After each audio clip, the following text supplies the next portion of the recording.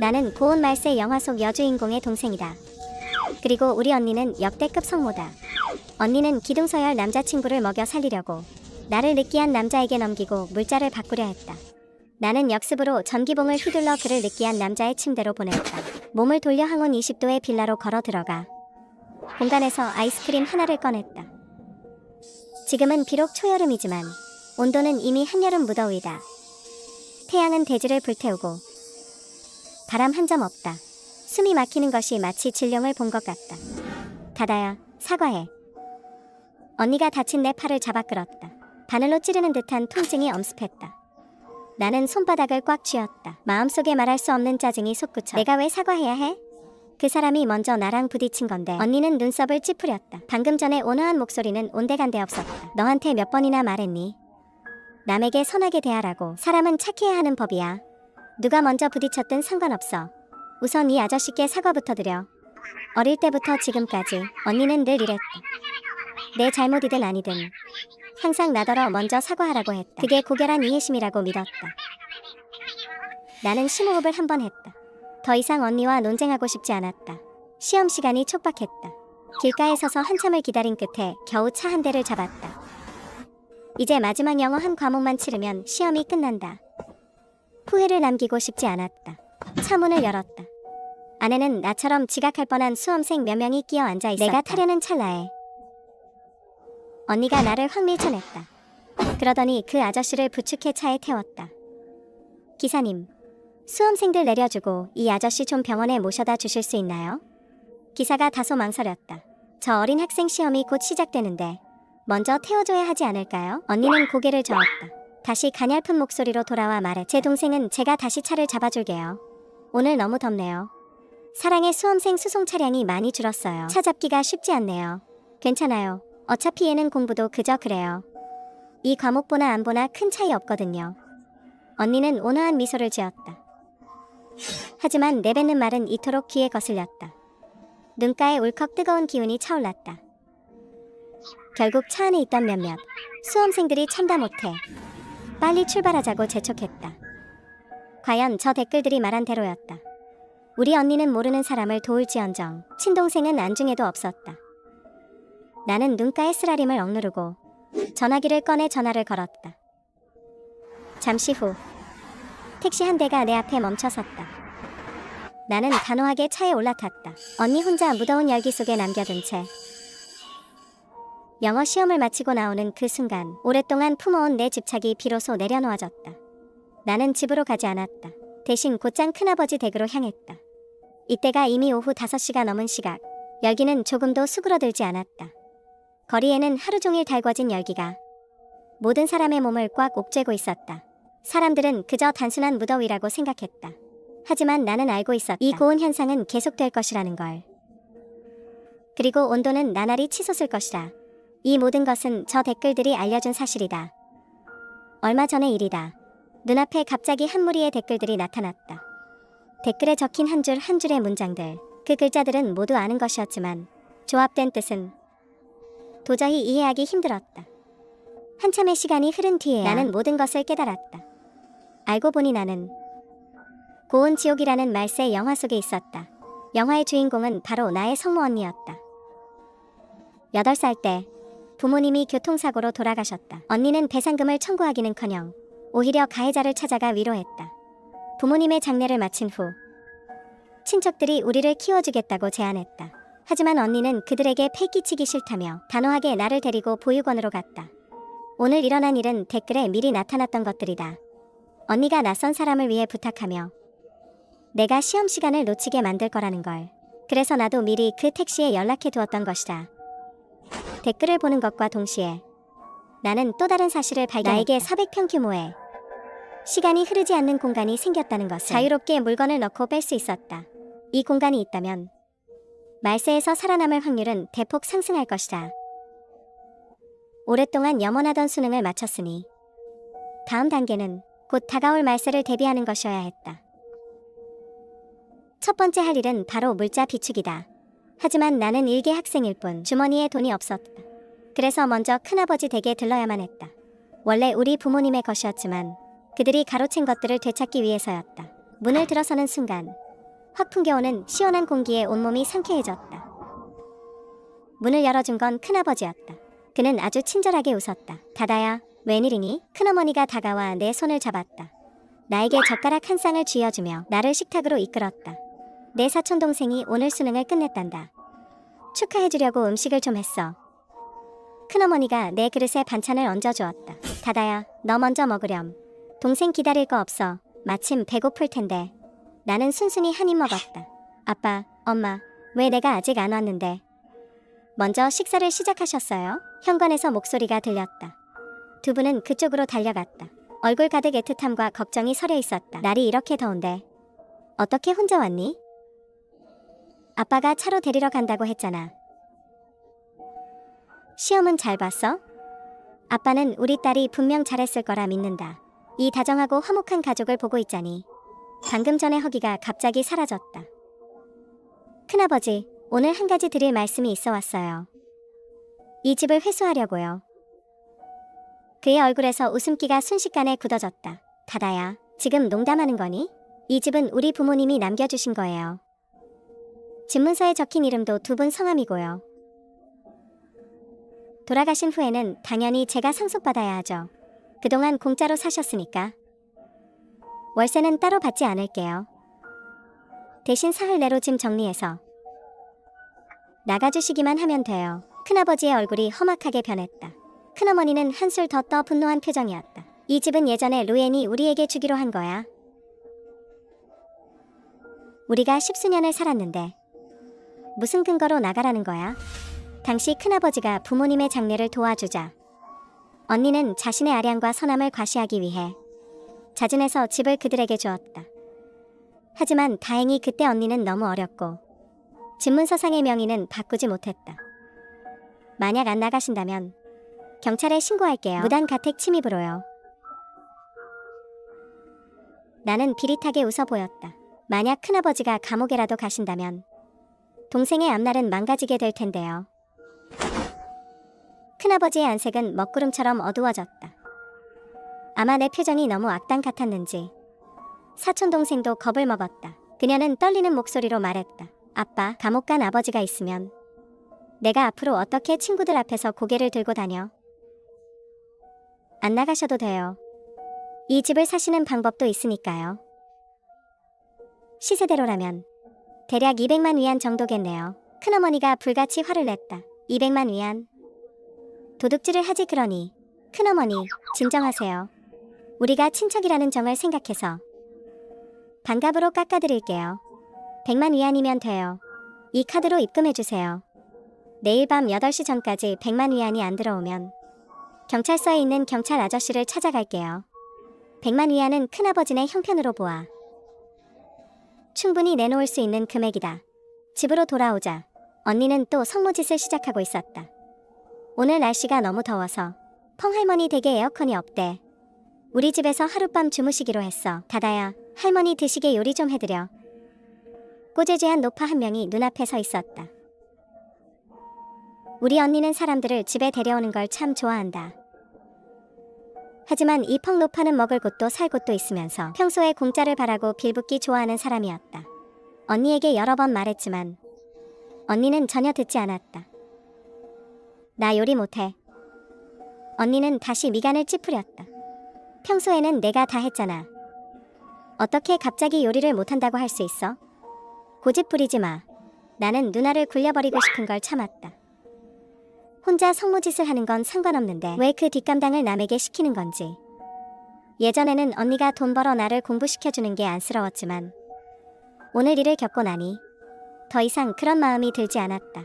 언니가 데려온 사람이니까 언니가 직접 해. 언니 스스로 제일 착하다고 자부하잖아. 그런데 밥 한 끼 펑할머니께 해드리기 싫은 거야? 나는 콧방귀를 뀌었다. 펑노파는 즉시 서운한 듯 입을 삐죽거렸다. 루에나, 늙은이가 눈칫밥을 먹게 생겼구나. 밥 한 끼 얻어먹기도 힘들어서야 그냥 내가 가는 게 낫겠다. 말은 그렇게 하면서 일어날 기미는 전혀 없었다. 하지만 언니는 그걸 보지 못하고 곧바로 펑노파를 달랬다. 펑할머니, 말씀을 왜 그렇게 하세요? 고작 밥 한 끼인데요. 제가 해드릴게요. 언니는 나를 한번 흘겨보고는 주방으로 향했다. 나는 입꼬리를 올렸다. 나 없이 언니가 제대로 된 밥을 할 수 있을까? 내 착각인가? 동생이 마치 딴 사람이 된 것 같아. 동생 잘한다. 저런 성모는 저렇게 응징해야지. 역시 댓글은 언니가 있을 때만 나타난다. 1시간 뒤. 언니가 시꺼먼 덩어리 같은 것을 내왔다. 노파는 코를 막고 한 입 먹어보더니 뱉어버렸다. 그러더니 대놓고 언니에게 배달 음식을 시켜달라고 했다. 겨우 저녁 식사를 해결하자 이번엔 언니가 나더러 펑 노파에게 방을 내주라고 했다. 펑 노파는 온몸이 지저분했고 며칠이나 씻지 않았는지 알 수 없었다. 몸에서 나는 냄새가 800m 밖에서도 느껴질 정도였다. 나 밤에 몽유병 있어. 실수로 펑 할머니를 걷어차기라도 해서 영영 이별하게 될까 봐 걱정되네. 나는 걱정하는 척 연기했다. 그 말을 듣자 펑 노파의 안색이 변했다. 언니의 팔을 붙잡으며 말했다. 루에나, 나 그냥 너랑 같이 잘래. 언니도 분명히 맡았을 것이다. 펑 노파의 몸에서 나는 냄새를. 하지만 성모인 그녀는 거절의 말을 내뱉지 못했다. 그저 코를 막고 미간을 잔뜩 찌빨 사이로 겨우 대답을 짜냈다. 알았어요. 여주인공 얼굴 싹 굳은 거. 자업자득이다 진짜. 쌤통이네. 동생 잘한다. 이제부터 동생이 내 최애야. 다음 날 아침. 언니의 안색이 흑빛이었다. 다크서클이 턱 끝까지 내려와 있었다. 아침밥도 챙겨주지 않고 서둘러 펑 노파를 보내버렸다. 돌아오자마자 언니는 다급히 방으로 달려가 침대 시트와 이불 커버를 걷어내더니 쓰레기통에 처박아 버렸다. 그러고는 서둘러 욕실로 뛰어들어갔다. 나는 속으로 비웃었다. 성모도 펑 노파의 마법 공격은 무서운가 보네. 아침 식사 후 나는 집을 나섰다. 미리 대형 마트들을 둘러보고 조사하기 위해서. 하지만 문 밖을 나서는 순간 훅 끼쳐오는 열풍이 온몸을 강타했다. 도시 전체가 마치 거대한 찜통으로 변한 것 같았다. 휴대폰을 켜보니 극한 고온이라는 키워드가 많은 실시간 검색어 이미 휴대에 걸려 있었다. 야외에서 일하는 고온 노동자들도 고온이 작업을 왜 이렇게 빨리 왔지? 줄거리가 전이랑 달라졌어. 설마 감독이 후속편을 따로 찍었나? 눈앞에 댓글들이 줄지어 지나갔다. 심장이 두근거리기 시작했다. 이 속도라면 일주일도 안 돼요. 온도가 사람이 죽을 지경까지 치솟을 것이다. 이게 진짜 고온 지옥인가? 진심으로 바닥에 계란 하나 깨보고 있는지 싶다. 안 익는지 보게. 나는 초조하게 미간을 찌푸리며 계좌를 몇 번이고 확인했다. 잔액은 겨우 몇천 위안뿐이었다. 고등학교 3년 내내 아르바이트로 번 돈이다. 큰아버지에게 요구한 100만 위안은 아직 입금되지 않았다. 고온이 이렇게 빨리 덮쳐오는데 단 1분 1초도 낭비할 수 없었다. 하지만 하필 계좌에 돈이 없었다. 나는 심호흡을 한번 하고 집으로 발길을 돌렸다. 다른 방법을 생각해봐야겠다. 큰아버지 한 명에게만 매달릴 수는 없다. 루에나, 우리 엄마 다리가 부러지셨어. 나는 일 때문에 도저히 갈 수가 없는데 내가 나 대신 좀 가줄 수 있어? 전화기 너머로 언니 남자친구의 목소리가 들렸다. 고작 2달밖에 안 됐는데 이 남자는 벌써 수차례나 바쁘다는 핑계로 언니를 시켜 자기 어머니를 돌보게 했다. 언니에게 여러 번 충고했지만 언니는 오히려 나를 꾸짖으며 정색했다. 그 남자가 언니를 사랑하니까 도움을 청하는 거라고 했다. 지금 바로 갈게. 날씨가 이렇게 뜨거운데. 언니는 생각해보지도 않고 바로 응낙했다. 전화를 끊자마자 짐을 챙겨 나가려 했다. 나는 더 이상 이런 한심한 일에 참견하고 싶지 않았다. 소파에 앉아 휴대폰으로 매물을 훑어보았다. 첫 번째 고온 파동을 견뎌낼 피난처를 찾기 위해서였다. 언니의 저 성모 같은 성격으로 보아 말세가 되면 집에 있는 물자들은 언니 손에 얼마나 거덜 날지 뻔했다. 미리 대비책을 세워야 했다. 검색을 하던 중 교외의 빌라 한 채가 내 눈길을 끌었다. 이 빌라 정말 좋다. 지하에 방공호가 있어서 열기를 상당히 차단할 수 있겠어. 집주인 가족이 모두 외국에 있어서 말세 후에 집을 비워달라고 할 걱정도 여주인공도 없겠네. 나중에 이 빌라에 들어가서 겨우 살아남았었지. 댓글에서 이 빌라에 대한 호평이 자자했다. 나는 지체 없이 임대 계약을 했다. 결제는 언니의 신용카드로 했다. 방금 전에 나는 몰래 언니의 신용카드 결제 알림 설정을 꺼버렸다. 몇 년간 직장 생활을 하며 언니는 꽤 많은 돈을 저축해두었다. 이어서 나는 지역 쇼핑 앱을 통해 발전기 10대를 주문했다. 다음날 아침 빌라로 배송받기로 약속했다. 인터넷으로도 단열 방호복 50벌과 대량의 고온 단열재를 주문했다. 아예 매장의 재고를 몽땅 털어버렸다. 이것들을 사고 나니 언니의 계좌 잔액은 얼마 남지 않았다. 남은 돈으로는 교회의 창고 하나를 빌렸다. 공간이 있어 물자를 바로 넣을 수는 있지만 사람들의 눈을 피하기 위해서는 중간 기착지가 필요했다. 모든 준비를 마치니 시간은 이미 해질녘이었다. 언니가 돌아왔다. 그녀의 뒤에는 행색이 초라한 남자 3명이 이 세 아저씨들이 사기를 당해서 며칠 동안 식사도 못 하셨다기에 우리 집에서 밥 한 끼 대접해드리려고 모셔왔어. 세 남자는 겉보기엔 순박해 보였고 어쩔 줄 몰라 하는 기색이었다. 하지만 나는 공포에 질려 식은땀이 흘렀다. 이 모든 것은 댓글에 적힌 몇 마디 때문이었다. 여주인공 진짜 너무 성모다. 오늘 지명 수배자를 집에 들이다니. 언니랑 동생은 이 행동 때문에 대가를 치르게 될 거야. 동생이 너무 불쌍하고 운도 없네. 가엾은 우리 예쁜이. 이제 막 사람이 호의로 집에 데려와 밥을 줬걸 봐야 하다니. 자매를 성폭행하려 들다니. 쓰레기 새끼들 지구를 집에 떠나라. 반찬이 별로 없네요. 마트 가서 고기랑 채소 좀 사올게요. 아저씨들 드시게 요리 몇 가지 더 해드려야겠어요. 나는 웃는 얼굴로 세 남자를 안으로 들였다. 직접 요리하지 않아도 된다는 생각에 언니는 눈에 띄게 안도했다. 언니는 고개를 끄덕이며 부드러운 목소리로 말했다. 그래? 수고 좀 해줘. 집에서 나온 후 나는 두려움 때문에 과하게 뛰는 심장 박동을 진정시키려 했었다. 이 세 남자들은 오늘 밤 우리에게 마술을 뻗칠 확률이 매우 높다. 시간은 한정되어 있고 반드시 이 세 남자의 범행 능력을 상실시켜야 한다. 나는 미간을 찌푸렸다. 잠시 후 머릿속에 좋은 생각이 물건을 사서 집으로 돌아오니 언니가 세 남자에게 차를 대접하고 있었다. 나는 웃으며 인사를 건네고 곧장 주방으로 들어갔다. 잠시 후 색과 향, 맛을 모두 갖춘 사내진미들이 식탁 위로 차려졌다. 세 남자는 개걸스럽게 먹어치우며 나와 언니를 칭찬하기 바빴다. 진짜 맛있다. 학생 솜씨가 5성급 자매 주방이 너무 착하시네요. 정말 감사합니다. 나는 수줍어하는 척 연기했다. 세 남자는 입가에 기름기를 잔뜩 묻히며 먹었다. 식탁 위의 음식들은 세 사람의 간에 비워져처럼 나와 언니는 한 입도 먹지 못했다. 배를 채우고 나니 세 사람은 서서히 본색을 드러냈다. 나와 언니를 아래 위로 훑어보기 시작했다. 하지만 그들이 행동을 개시하기도 전에 그중 한 명이 앓는 소리를 내기 시작했다. 지독한 악취가 온 집안에 진동했고 집안 사람들의 얼굴이 싹 굳어졌다. 남자는 배를 움켜쥐고 다리를 꼬며 화장실로 돌진했다. 너 장이 너무 약한 거 아니냐? 나머지 2명이 비웃었다. 그러나 얼마 지나지 않아 그들의 표정도 일그러지기 시작했다. 배를 움켜쥐며 신음했다. 남자는 다리를 꼰 채 화장실 문을 두드렸다. 목소리에 힘이 하나도 없었다. 변기 물 내려가는 소리가 들리고 화장실 문이 열렸다. 형님, 내가 먼저 갈게. 둘째야, 나 진짜 못 참겠다. 두 남자는 서로 밀치고 당기기 시작했다. 먼저 들어갔던 남자가 보리를 마치고 나와 개운한 표정으로 말했다. 화장실 막혔어. 두 남자의 안색이 어두워졌다. 잘 됐네. 휴지 두로를 몽땅 쑤셔 넣은 보람이 있군. 첫째는 험악한 표정으로 화장실을 찾아 밖으로 나갔다. 그때 셋째의 배에서 다시 천둥 소리가 들렸다.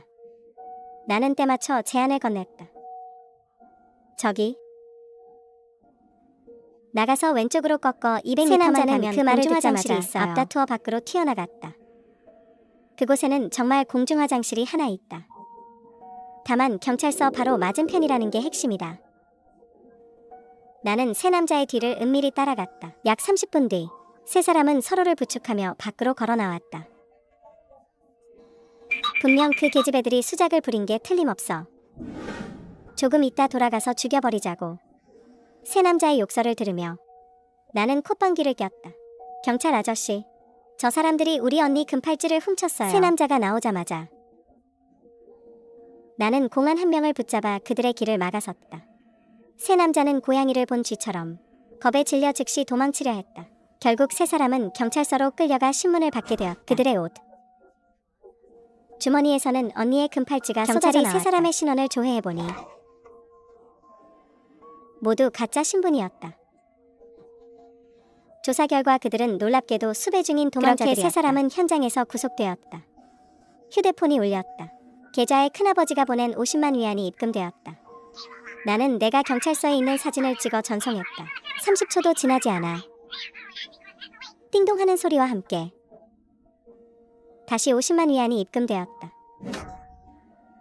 진작 이랬으면 얼마나 좋아. 나는 경찰서를 걸어 나왔다.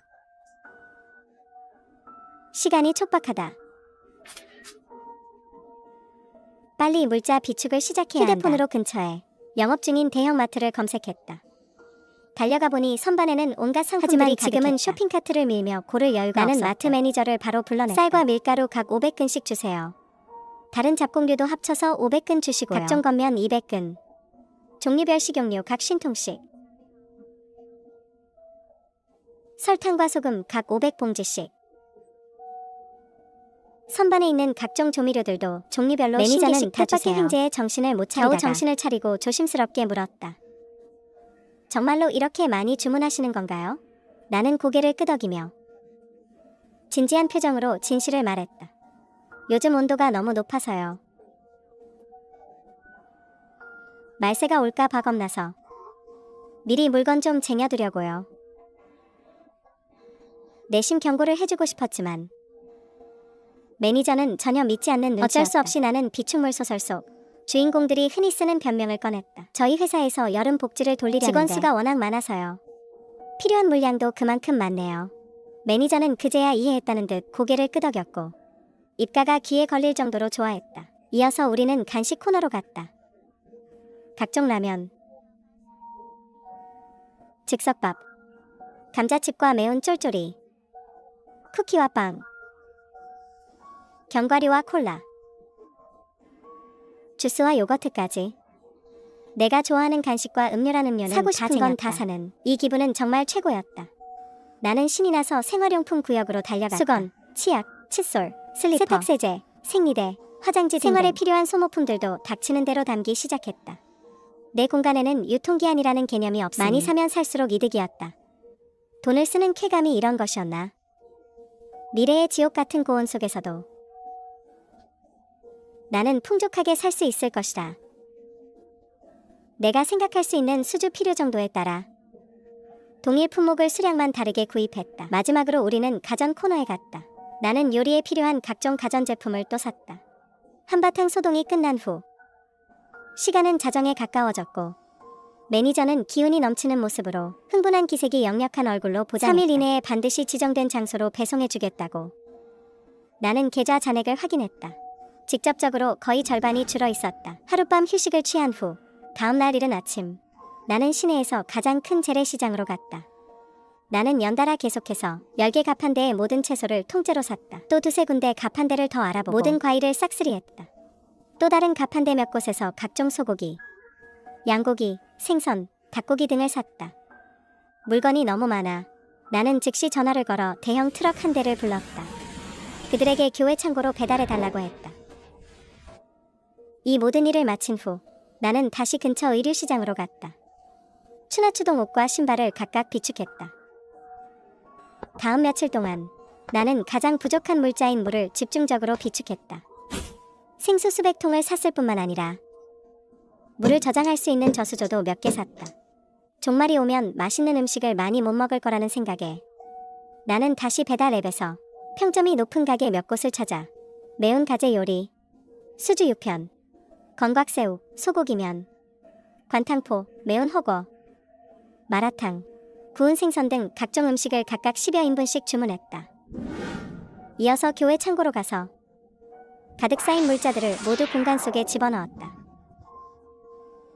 이 꽉 찬 물자들을 보니 마음이 훨씬 든든해졌다. 종말이 닥친 후 식량 외에 가장 중요한 것은 의약품과 무기다. 나는 비교적 큰 약국 몇 군데를 방문해 일상적으로 사용하는 각종 의약품을 많이 샀다. 그 후 다시 인터넷으로 암수 몇 마리를 주문했다. 며칠 동안 연달아 온도가 하루 평균 5도씩 상승했다. 결국 50도 이상에 도달했고 곳곳이 대규모 정전을 맞이했다.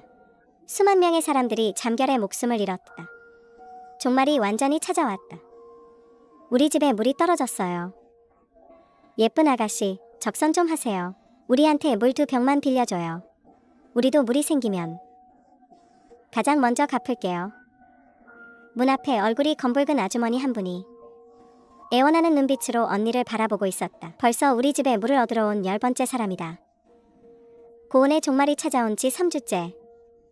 많은 거주자의 물자는 이미 바닥난 상태였다. 내가 미리 일찍 경고해준 덕분에 언니는 꽤 많은 물자를 비축해 두었지만 아무리 많은 물자라도 이런 식의 소모를 견딜 수는 없었다. 요 며칠 사이 이미 꽤 많은 사람이 물을 빌리러 왔고 언니는 일일이 수락했다. 그 바람에 찾아오는 사람이 점점 더 많아졌다. 여주가 너무 성녀병이야. 이 사람들의 게으름을 부추기고 있어. 밖이 비록 덥긴 해도 한번 나가면 여전히 꽤 많은 물자를 찾을 수 있는데 오늘 물 한 병을 줄 수는 있어도 평생을 줄 수는 없잖아. 종말이 언제 끝날지도 모르는데 이러다가는 조만간 끝장날 거야. 꺼져. 우리 집이 힘들게 비축한 물자를 왜 당신한테 줘? 한 아주머니가 그 아줌마를 확 밀쳐냈다. 그녀의 뒤에는 한 남학생과 한 여학생이 따라오고 있었다. 언니의 남자친구 마오부판과 그의 엄마였다. 임숙의 여동생인 마오리리 마링슈가 쾅 하고 문을 닫았다. 내 언니를 붙잡고는 루엔, 너 정말 너무 해프구나. 지금이 어느 때인데 아직도 자기 물건을 남에게 퍼주고 있니? 내가 아직 어려서 그런 것 같으니 앞으로 집안 물자는 내가 관리해주마. 나는 어이가 없어서 말이 안 나왔다. 마오리리는 마치 자기 집인 양 루엔 언니를 평가하기 시작했다. 언니네 집 너무 좁다. 내 친구네 집은 다 커다란 별장에 사는데 지하실에도 다 물자뿐이래. 그녀는 내 방문을 열었다. 실은 기색이 역력한 얼굴로 이 침실이 좀 낡긴 했지만 그래도 깔끔한 애라고 말했다. 난 이 방에서 지낼게. 그러더니 자기 짐을 안으로 옮기려 했다. 그리고 넌 가서 밥이나 해. 배고파. 반달 동안 컵라면만 먹었단 말이야. 새우랑 갈비 먹고 싶어. 나는 큰 충격을 받았다. 이 집안이 뻔뻔한 줄은 알았지만 이렇게까지 뻔뻔할 줄은 몰랐다. 나는 즉시 굳은 얼굴로 그녀와 짐을 밖으로 내던졌다. 여긴 내 방이야. 들어오지 마. 그리고 먹고 싶으면 직접 해먹어. 마오리리는 눈을 크게 뜨고 마오부판에게 안겨 어리광을 부렸다. 오빠, 지가 나한테 무섭게 해. 내가 진작 류루엔이랑 사귀지 말라고 했잖아. 내가 안 들었지? 이제 됐네. 내 여동생이 이런 서러움까지 당해야 하니. 여긴 원래 더도의 방이야. 너를 못 지내게 하는 게 당연한 거지. 오빠, 당장 헤어져.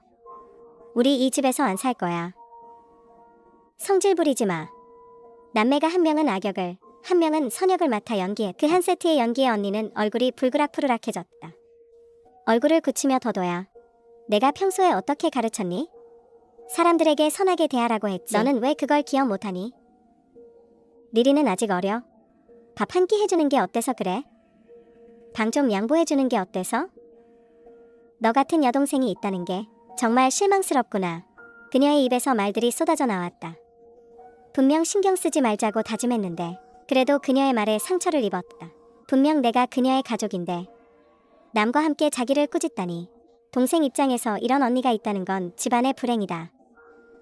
우리 메이바오 토닥토닥 금방이라도 무너질 것 같아. 나는 눈물을 꾹 참고 한마디 던진 뒤 문을 닫고 잠가버렸다. 밖에서 벌어지는 소동을 더는 상관하고 싶지 않았다. 며칠 동안 나는 방에서 한 발짝도 나가지 않았다. 루엔, 더더가 며칠째 밥을 안 먹었어. 밥 좀 가져다 줘. 상관마, 먹든 말든 내버려 둬. 굶어 죽으면 오히려 더 좋아. 나는 속으로 비웃었다. 그들이 밖에서 딱딱한 만두를 씹고 있을 때 나는 방 안에서 달콤새콤한 갈비를 드라마를 정주행하고 식후엔 아이스크림까지 먹으며 소화를 시켰다. 얼마나 짜릿한지 모른다. 언제부터였는지 모르게 밤은 더 이상 평온하지 않았다. 종말 아래에서 가장 무서운 것은 인간성이다. 대부분 가정의 물자는 이미 바닥난 지 오래였다. 한 무리의 사람들은 위험을 무릅쓰고 밖으로 물자를 구하러 가기로 약속했지만 물 한 병 때문에 피 터지게 싸웠다. 다른 한 무리의 사람들도 극도의 악의를 드러냈다. 집집마다 찾아다니며 강도짓을 벌였다. 또한 마오부판처럼 쥐새끼같이 겁 많은 사람도 있었다. 그저 집에만 틀어박혀 있을 뿐이었다. 하지만 물자는 언젠가 바닥나기 마련이다. 오빠, 나 너무 배고파. 물자가 다 떨어진 뒤 밖에서 우리들은 며칠째 아무것도 먹지 못했다. 마오리리는 온종일 배고프다고 소리쳤다. 하지만 마오부파는 감히 물자를 구하러 나가지 못했다. 언니가 마침내 내 방문을 두드렸다. 더더야, 며칠 전에는 내가 잘못했어. 너를 훈계하는 게 아니었어. 언니가 잘못했다는 걸 알아. 너 며칠 동안 밥도 안 먹었잖아. 문 좀 열어봐. 언니가 너 좀 보게 해주면 안 될까? 언니의 목소리는 간곡했다. 무슨 꿍꿍이인지 알 수 없었다. 언니와 문 하나를 사이에 두니 자막 힌트도 나오지 않았다. 계속 방 안에만 있는 것도 방법이 아니다. 나는 하루빨리 별장으로 가야 한다. 그 생각에 나는 문을 열었다. 그런데 몽둥이가 날아들었다. 나는 본능적으로 옆으로 피하며 전기 충격기를 꺼내 무음으로 나를 공격한 사람을 가격했다. 더더야, 너한테 어떻게 이런 게 있어? 바닥을 내려다보니 마오부판이 쓰러져 있었다. 익숙한 자막이 다시 떠올랐다. 이 쓰레기 남자가 감히 여동생을 넘겨주고 물자를 바꾸려 하다니. 이건 내 친동생이잖아. 가엾은 우리 메이바오. 이런 언니를 만나다니. 알고 보니 그들은 나를 물자와 바꾸려 했던 것이다. 나는 추궁하는 눈빛으로 그녀를 바라봤다. 그녀는 시선을 피하며 해명하려 했지만 말을 잇지 못했다. 말이 안 나오지? 그럼 가서 내 잘난 남자친구랑 같이 있어. 나는 단호하게 언니를 전기 충격기로 그들을 침대에 던져버리고 언니의 휴대폰으로 그 느끼한 남자에게 메시지를 보냈다. 깜짝 선물이 있다고. 자막에 따르면 그 느끼한 남자는 남녀를 가리지 않는다고 한다. 이제 그 둘도 고생 좀 해봐야지. 모든 일을 마친 뒤 나는 추후에 미련도 없이 곧장 교회 별장으로 향했다. 별장에 도착하자마자 나는 서둘러 에어컨을 켰다. 오랜만에 느껴지는 서늘함의 기분이 너무 좋아졌다. 누가 알까, 이 고온의 종말 속에서 에어컨을 쐬며 아이스크림을 먹는 즐거움을. 이제 성녀병 언니에게서 벗어나 나는 공간에서 허거 육수를 꺼냈다. 자신을 위해 매운 허거를 만들어 축하 파티를 열었다. 신선한 채소와 각종 육류 덕분에 배불리 먹었다. 식후에는 밀크티 한 잔을 꺼냈다. 드라마를 보며 밀크티를 마셨다. 앞으로의 날들 동안 요리를 하고 싶으면 식재료를 꺼내 스스로에게 진수성찬을 차려줄 것이고, 요리하기 귀찮으면 이전에 주문했던 배달 음식을 먹으면 된다. 공간 속에는 시간이 흐르지 않아. 꺼낼 때도 음식은 여전히 따끈따끈하다. 나는 아주 맛있게 먹었다. 이게 무슨 고온의 종말인가. 그야말로 나의 행복한 안식처지.